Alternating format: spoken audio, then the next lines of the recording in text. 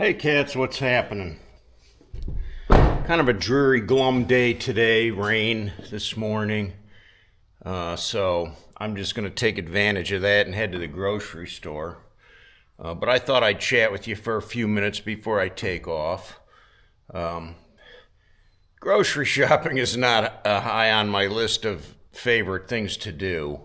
But when you're living all by yourself, it's a necessity. I mean, I gotta eat, and yeah, I've got my grocery list put together, and I'll be heading out of here soon. Tomorrow, conflict. Two different poker runs. Originally, I was going to go on the VFW poker run, and had friends that were going to go on that ride. But then another friend texted me and said, "Hey, we're going on the Cassidy run, which is a fundraiser for a boy that's a victim of cancer."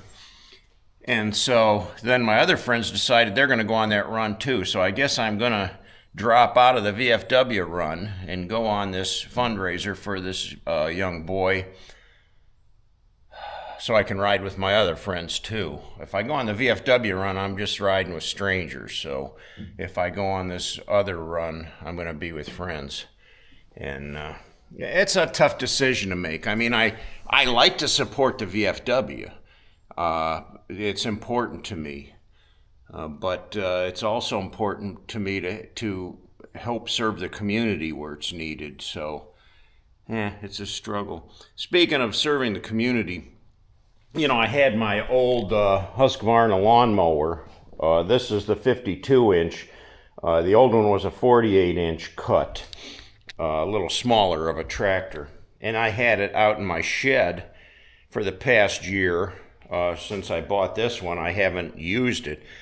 My neighbors across the street, though, their mower had broke down, so I loaned that old one to them, and they used it a couple times to mow their lawn, and they said it still worked fine. Well, I had a buddy give me a buzz yesterday, and he said, "Hey, you still got that mower?"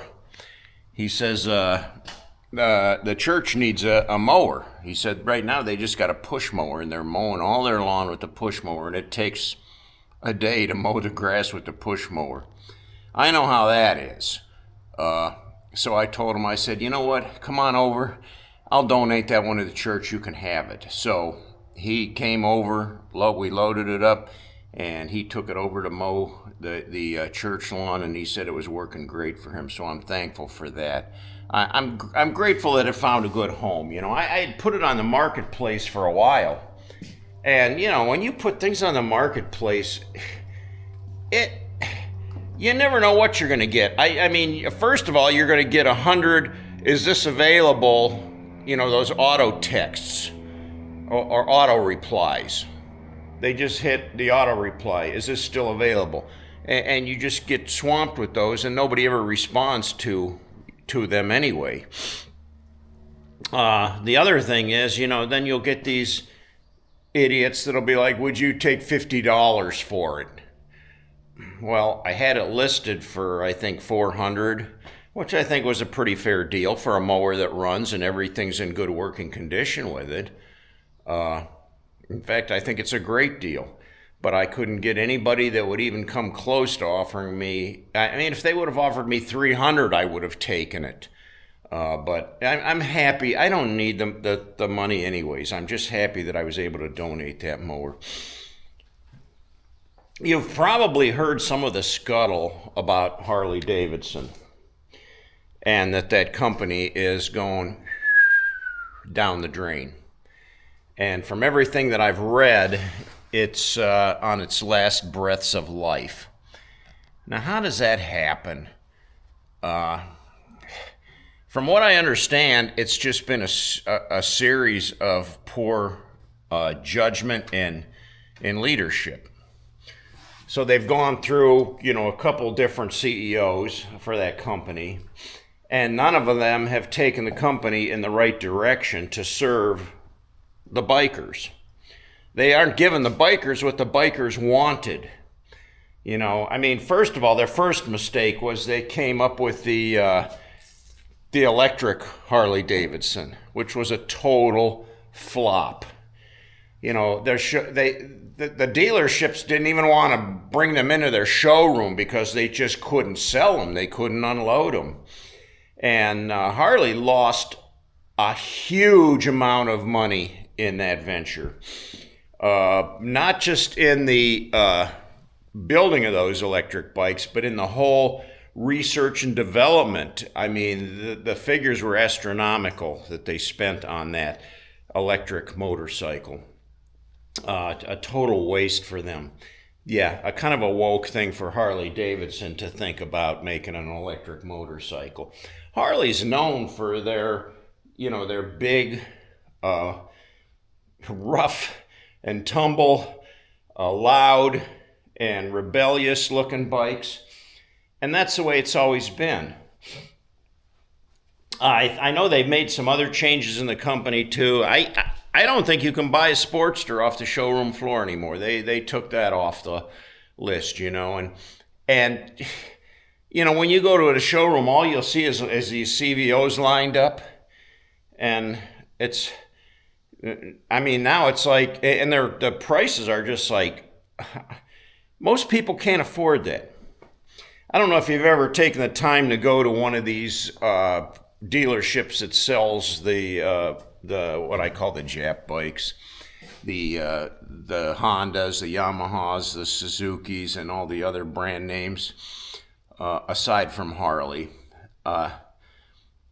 They've got some pretty sharp looking bikes nowadays that'll, you know, stand the test up against a Harley. They are, you know, powerful machines, they're fast machines, they're roadworthy, and they hold up probably a little bit better than the Harley Davidsons. Yeah, they're well built bikes. I know I've gone and looked just out of curiosity, and I've saw a couple bikes there that was like, man, I think I'd like to have that bike. You know, so and it's a much cheaper option to buy one of these, and you're going to get something not only comparable, but probably something a little better as far as performance and longevity. Now, the other interesting thing is, you know, one of the two big, the first, I think the first in our country to build motorcycles, Harley Davidson and Indian Motorcycle Company. And although Harley Davidson stocks are plummeting and their dealerships are shutting down and they're going out of business, Indian, their stocks are skyrocketing. And they're putting out some pretty nice looking models right now. And the bikers are liking that. Bikers are liking the Indian motor. So you've seen my friend's Indian, and it's a sharp looking bike. And man, it's got some guts too. It blows my 80 cubic inch out the door. I'm always struggling to keep up with him when he gets on it. Whew, he's gone. Well, that's a nice bike. And, you know, Indian's been around as long as Harley Davidson. So it's a good choice, you know. Now, what if you do have a Harley, though, you know, and Harley Davidson goes under? They go completely flop, out of business, shut down, no more Harley Davidson company. What are you going to do? Well, here's the way I look at it. If you do have a Harley, there's always going to be somebody that's going to work on them. You're always going to be able to find parts for them. Either at swap meets or aftermarket parts. So, you know, your bike's never going to die. The other thing is that I think when Harley Davidson goes down the drain and there's no more Harley Davidson Company Corporation, if you own a Harley Davidson motorcycle, I think the value is going to go up on them. I mean, why wouldn't it? If you can't go to a showroom and buy one, and all that's left out there are used motorcycles, and they're still going to be very popular. People love Harley Davidsons. It's been a staple for bikers and biker clubs all over the world. And, I don't think Harley is ever going to die. The corporation will die. It'll be dead in the water. It'll be gone. The dealerships will be gone. But the bike itself, it's never going to die. So I got nothing to worry about. In fact, I could care less if the company goes under. I was a long-time member of the Harley Owners Group. And, when you first joined, they had a lot of perks and whatnot. And every year they'd send you the little brass pin and the patch and a map book and other things. And anymore, I dropped out of Harley Owners Group a few years back because the one year all I got was a patch, and they quit giving out the. They had a magazine that they would send me, and they stopped doing that. No more magazine. The magazines are pretty cool because they had, trips on there that people had taken. Some personal rides and riders, photos and stuff in there. They had some pretty good tutorials in that magazine of, how to ride, different tricks to riding, packing your gear, cornering, doing all kinds of stuff. It was a cool magazine. And I used to always look forward to getting it. Well, they quit doing that. Cutting corners. They quit giving you the big map book, the paper map book. It had it was a nice book. And it was a big, I think I still have one in my saddlebag here. I don't use it much because now it's all, cell phone, and you pull up the map on your cell phone and you can figure out where you're going. But in a pinch where your cell phone didn't work, it's nice to have that map book with you. If you're out traveling, you can pull that out, and it's always been, when I traveled across the country, that's what I used, that map book, predominantly, and it helped me to get to where I was going. It's nice to be able to see a map and actually see where the city is that you want to go to and see the routes that you can take, with the numbers and the labels and everything. Sometimes you pull up the map on your cell phone, and it's like, okay, what's the name of this road? And you're scrolling and scrolling, like on Google Maps or something. And you try to zoom in to see what the name of this road is, and you can barely read it. A map book is just a little more clear for me anyways.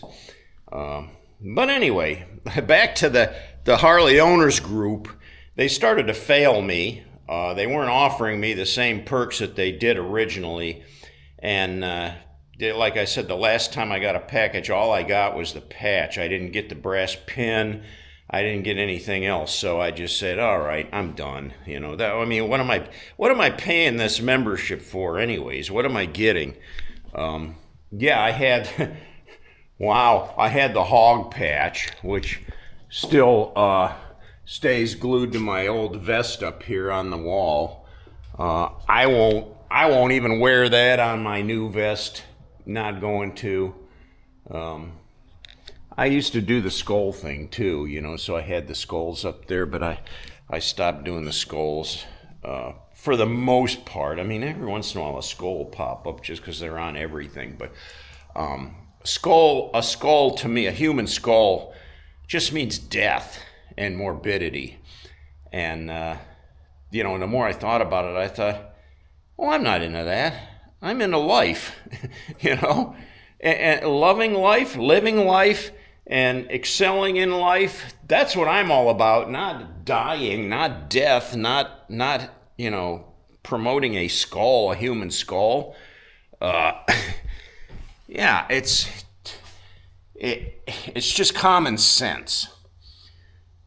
So, that being said, Harley Davidson, I could care less what happens to them.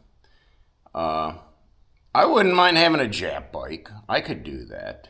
I don't think I will. I wouldn't pull the trigger on that. I mean, I'm not saying I never will, but at my age, I'm really happy with my Fat Boy, and I'm going to hang on to that. I've been working on my wife's car, and I've pulled all the wheels off and painted the brake calipers red. So you'll see how nice that looks there on the wheel. But in doing that, I also wanted to make an upgrade. You know, I want to like pimp out her car a little bit, if I could say that. And I decided to buy some new wheels. I got these white wheels. I got a pretty good deal on them. They have the chrome rim, and they're a little brighter white than the car, but they pop out. So I like them.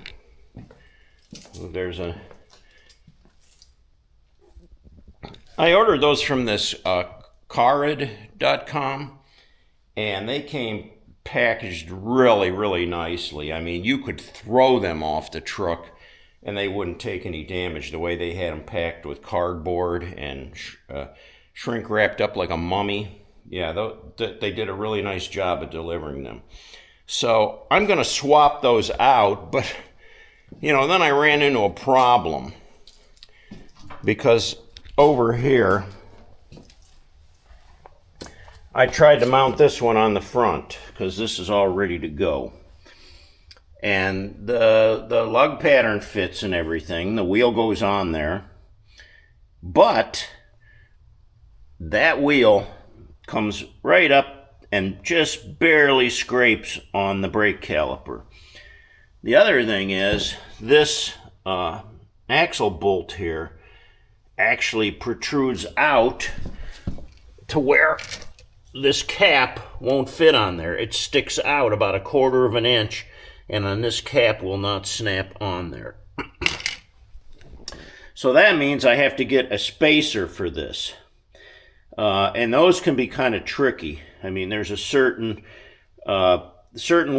spacer you have to use, and then you have to really be careful about how you put them on there. Make sure that they're torqued to the right specs. And I've been researching that too, and not quite sure how I'm going to approach that. At first I thought I could go to the auto parts store and just buy spacers, which I did before I actually did any research. And then I found out that you don't just go to the auto parts store and buy wheel spacers.